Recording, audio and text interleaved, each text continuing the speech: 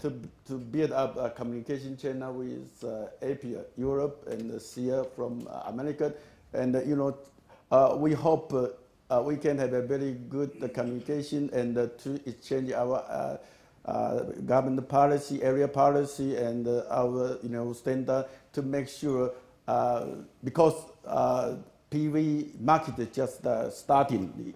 Just like we have a sheet slide in 2030. Only 5%, 2050 maybe only 11%, market share, in the world. So I think right now cooperation is more important than the competition. So we have two missions. One is a harmonized standard, and the second is build up the good communication channel to prevent from just like anti-dumping, something like that issue.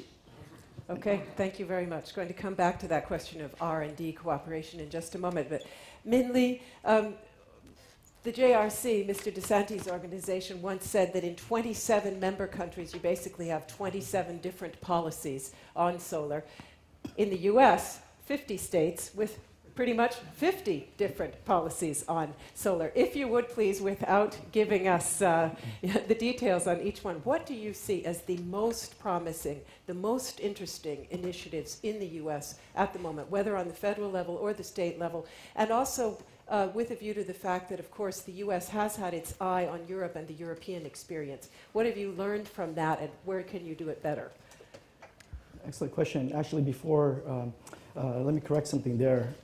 We do have 50 states in the United States, but actually the policies that are related to solar actually happen in 18,000 different jurisdictions across the United States. So it's actually much more complicated than 50 states by itself, as well as at the federal level. But before I go into the policy mechanisms at the federal and state and local levels, let me talk about the approach that my office at the U.S. Department of Energy takes in regards to solar energy. We're asking the question, can solar energy, can electricity derived from solar energy be competitive with conventional forms of energy generation without subsidies? Because that's the asymptote that we're all working towards. Can we get energy to be so inexpensive that it can compete in an open market? And so the approach that we've taken for the past decades has been to focus on R&D and innovation that enables higher performing systems as well as lower cost systems. And as pointed out earlier, both are actually required. And I think we've all seen the very rapid declines in PV module prices just in the past several years. One of the things that we are focusing on at the U.S. Department of Energy is looking at that soft cost. Those 18,000 different locales across the United States, these are towns, they're authorities having jurisdictions that control the installation, the permitting, inspection of solar on your home. And the challenge is not the fact that there are 18,000 of them, but the challenge is that they're all different. So even though a solar panel in the state of California behaves very similarly to a solar panel in New Jersey, the challenge is the paperwork that you have to go through is vastly different depending on where you are. In fact, if you live in two different cities in California, just 5 miles apart, the paperwork will be very different. So it's not the fact that it's just a cumbersome process sometimes, that it's all different. So imagine you're a solar installer operating in a state or in a region, and you have to understand the nuances of local policies across all your territory. That makes it a real challenge for you, and it makes it a challenge for you to lower your costs. And so at the federal level, we're trying to work with states and local authorities on trying to streamline these systems, trying to put these systems online, from a grassroots level, trying to incentivize locales to adopt common practices that will simplify the processes. And as last point, just 2 weeks ago, we announced the Sunshot Prize. It's a $10 million prize to a group of organizations that can lower the cost to plug in a solar system on residential systems to $1 per watt. Okay, so in Europe, in Germany, you see that PV systems on a residential level sell for anywhere between $2.50 to $3 a watt. In the United States, on average, it's much more expensive, around $6 a watt. And the hardware costs almost is identical in these two different regions, yet what's really different, vastly different, is the soft cost. And so our challenge is to incentivize or figure out ways to innovate around reducing the soft cost. That said, let me answer your question that you first posed me, which was, what are the policy mechanisms, at the federal and state level in the United States that promotes the growth of solar energy? In the United States, at the federal level, there's the investment tax credit. It's a 30% ITC, which provides a tax credit to individuals that install solar on their home or on their commercial buildings. There's also a myriad of different incentives provided at the state and local levels, including renewable portfolio standards, as well as renewable portfolio standards with solar carve-outs. One of the challenges, of course, that we've seen in other countries that have different policy mechanisms is to make sure that those policy mechanisms are well funded or appropriately funded to account for how much solar will be deployed. And so one of your statements that you posed earlier is how do you create policies that are stable over time?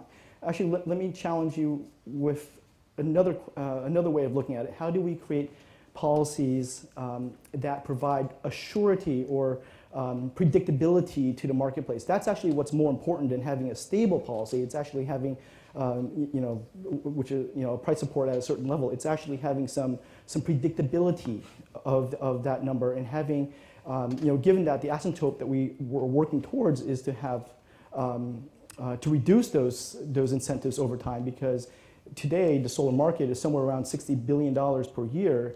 The semiconductor industry is around $300 billion per year. Soon, the solar market will surpass the IC market.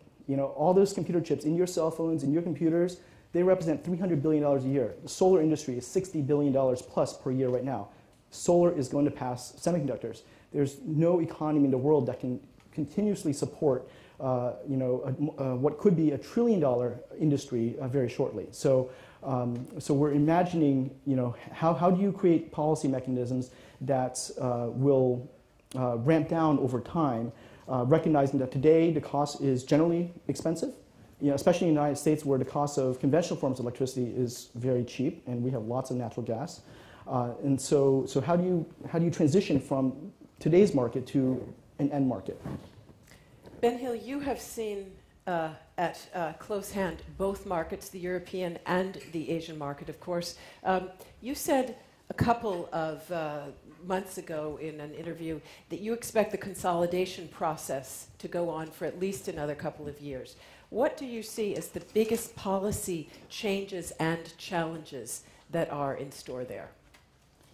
I think and one of the reasons we see Europe a lower cost and more advanced, as my American colleague just said, in terms of the soft costs, policy in many different countries in terms of access to the grid, policies in terms of many countries have got huge grid issues right now as the demand for electricity grows up. In Europe, we've got the European 27 countries trying to decide, is it one grid or is it many different grids?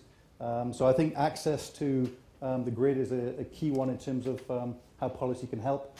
As we're driving down the cost of energy produced by solar energy, I think the policy has done a lot to get us to where we are, and now we need the industry to actually, let's say, take up the mantle and start delivering a cost-effective energy source. And I think that's what the vision was on the first European photovoltaic energy conference, where my father sat in a seat just like this, and I think that's what we see going forward right now. So I think policymakers still have a lot of influence in terms of trying to help photovoltaics become a realistic part of the energy mix. There are a lot of people, a lot of very, very powerful people, lobbyists in different industry sectors who don't want to see photovoltaics do well. So I think the key thing for policy is to allow photovoltaics a level playing field to compete on where it should be. So all of you have put out a whole range of policy measures now, which if I sum them up, they would range from investment-based to operational-based, supply side, demand side. cooperation, harmonization, and so on. Of all those measures that have been mentioned, of course, there is one that has been preeminent till now that is the world's most popular renewable energy policy instrument, and that is, of course, feed-in tariffs, at least in the solar arena. Giovanni De Santi, are we now, however, moving away from that, and is there a consensus growing that that is perhaps the most popular, but not necessarily the best measure? Again, we are. It's already written in the. If you look at the new Renewable Energy Directive 2009, it's already written that the Commission will look at possible evolution of this policy, and now it has been confirmed that we will possibly consider to take the initiative, the lead, to come out with a more sustainable future system for fiscal incentives. So, which does not mean that there will be one feed-in tariff system the same everywhere in Europe, because again the situation is different, not only from technical point of view, but I would say also from cultural point of view. So I think we need to come out with something which makes, however, possible to create what we call the unique European energy market for the PV. So to make PV more, let's say, competitive everywhere in Europe. And this will be therefore a mixture of possible feed-in tariff or other type of incentive. I cannot now anticipate what the final solution will be, but the problem is very clear for us. We need to harmonize to make it as efficient as possible everywhere in order to, again, to develop more and more efficiently PV in Europe. Sorry? I would like to add to that the feed-in tariff policy in India, for example, of course, there's the bidding that has taken place and that has really helped the government